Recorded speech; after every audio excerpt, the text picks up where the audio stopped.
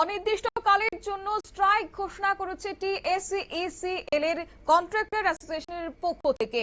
মূলত একাধিক দাবি দাওয়া তারা তুলে ধরেছেন। আজকে বকেয়া বিল পরিশোধ সহ সেই দাবিতে অনির্দিষ্টকালের জন্য স্ট্রাইক ঘোষণা করেছে অ্যাসোসিয়েশন।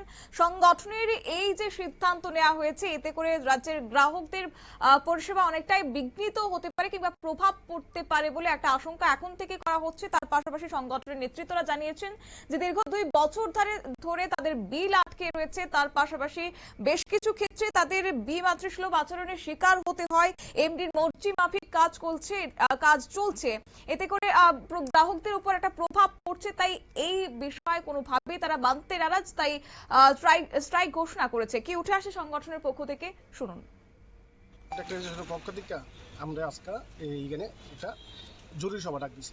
কারণ কি, আমরা বিগত 2-3 বছর ধরে বিল জেলে আমরা বিদ্যুৎ নিগমে কাজ করি। বিল যাইলে সাব ডিভিশন থেকে ডিভিশনে যাইতে, ডিভিশন কর্পোরেট অফিসে যাইতে ব্যাক করে আইতে 1 বছর, 1.5 বছর, 2 বছর লেগে যায়। গত দুর্গাপূজার আগে বিল গেছে, আজ অব্দি এই বিলের টাকা পাইছি না আমরা।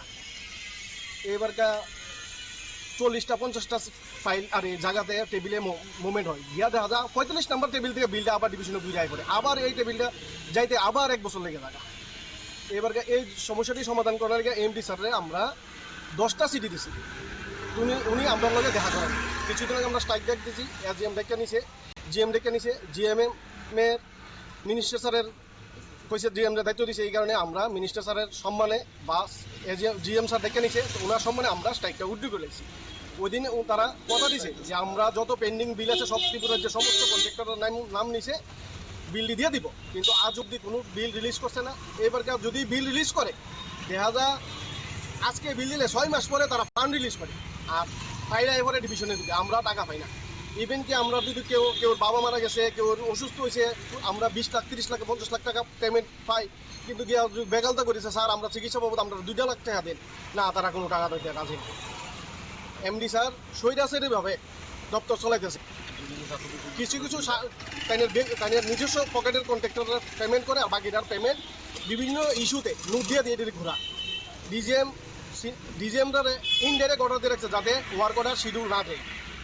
আমরা নিরহ, আমরা ফ্যামিলি চলাইতে পারতেছি না, আমরা লেবাররা চলাইতে পারতেছি না, আমরা বিভিন্ন জায়গাতে সমস্যার সম্মুখীন হইতেছি। এই বেসিসে আমরা মাননীয় মুখ্যমন্ত্রীরও আমরা চিঠি দিছি, চিফ সেক্রেটারি চিঠি দিছি, আপনাদের কপি আছে, রিসিভ কপি, পাওয়ার মিনিস্টারে দিছি, পাওয়ার মিনিস্টার 2-3 বার চিঠি দিছি, তাইনে অবগত আছে এই ব্যাপারে, কিন্তু এমডি স্যার আমরা কোনো পেমেন্ট রিলিজ করতেছে না। আমরা কালকার থেকে আগরতলা সার্কেল 1-এর স্ট্রাইকে যেতেছি। এটা 2-3 দিনের পরে পুরা সমগ্র ত্রিপুরা রাজ্যে প্রত্যেকটি সার্কেলে এই স্ট্রাইক চালু হইব। এমডি স্যার আমার সঙ্গে কথাও বলে না, আমরা ওনার সামনে, ওনার পিএস এর কাছে দিলে অভদ্র ব্যবহার করে আমাদের সঙ্গে। এমডি স্যার আমরা সামনে তো জায়গা, কিন্তু আমরা সঙ্গে কথা বলে না। এই কারণে অ্যাসোসিয়েশন সর্বসম্মতিক্রমে সিদ্ধান্ত নিয়েছি আমাদের কাজ বন্ধ রাখুন, পাবলিক হ্যারাসমেন্ট হবে। এর জন্য আমরা দুঃখিত, কারণ পাবলিকের লেগে আমরা কাজ করি। আমরা ঝড় বৃষ্টির সময় রাত দিন 24 ঘন্টা আমরা এই দপ্তরের কাজে 19 বার যদি স্টপ হয়ে থাকে, কিন্তু আমরা স্টপ হই না। 19 বার দিয়ে রাখছে, 19 বার কাজ উঠে দিলে তারা ফোন ধরে না, কিন্তু আমরা তার কাজটা যখন রেগুলাইজ করি, এরপরে তার ফোন শুরু হয়।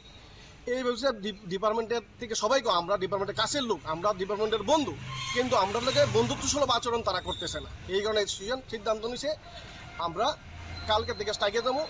এটা পর্যায়ক্রমে পুরা সমগ্র ত্রিপুরাতে এটা স্প্রাইড হইব। আমরা আজকে এই ঘোষণা জরুরিকালীন মিটিংয়ে বসে আগামী আমরা কয়েকদিনের ভিতরে, কালকে আমরা সমস্ত ত্রিপুরার যে কন্ট্রাক্টর আইতেছে আগরতলা, আবার আমরা সমগ্র ত্রিপুরার যে এটাতে পরিচয় সরাই দেওয়া হইব। এইগুলি আমরা সমস্ত কাজ তারা বন্ধ রাখছেন বলে জানা গেছে, এবং সেক্ষেত্রে সংগঠনের অভিযোগ যে বারবার সংশ্লিষ্ট কর্তৃপক্ষের দৃষ্টি আকর্ষণ করা হলেও সমস্যার কোনো স্থায়ী সমাধান হয়নি, তাই বাধ্য হয়ে তারা অনির্দিষ্টকালের জন্য স্ট্রাইকের পথে হাঁটছেন। অন্যদিকে এই স্ট্রাইকের ফলে বিদ্যুতের লাইন রক্ষণাবেক্ষণ থেকে শুরু করে ত্রুটির মেরামত করা থেকে শুরু করে বিভিন্ন ক্ষেত্রে পরিষেবায় বিঘ্ন ঘটতে পারে, সেই আশঙ্কাটাও খুব একটা এড়িয়ে দেওয়া যাচ্ছে না। তবে জরুরি পরিষেবাগুলির ক্ষেত্রে এখনো পর্যন্ত তারা কিছু জানাননি। এখন দেখার বিষয় হচ্ছে এই স্ট্রাইকে শুরু হওয়ার আগে দপ্তরের পক্ষ থেকে কিংবা টিএসইসিএল এর যারা অ্যাসোসিয়েশনের সদস্যরা রয়েছে তাদের উভয় পক্ষের মধ্যে আলোচনায় এই সমস্যার সমাধান হয় কিনা, নয়তোবা আগামী দিনে রাজ্যের বিদ্যুৎ পরিষেবার উপর একটা বিরাট প্রভাব পড়তে পারে। নিয়ে নিচ্ছি ছোট্ট একটি বিজ্ঞাপন বিরতির, সঙ্গে থাকুন।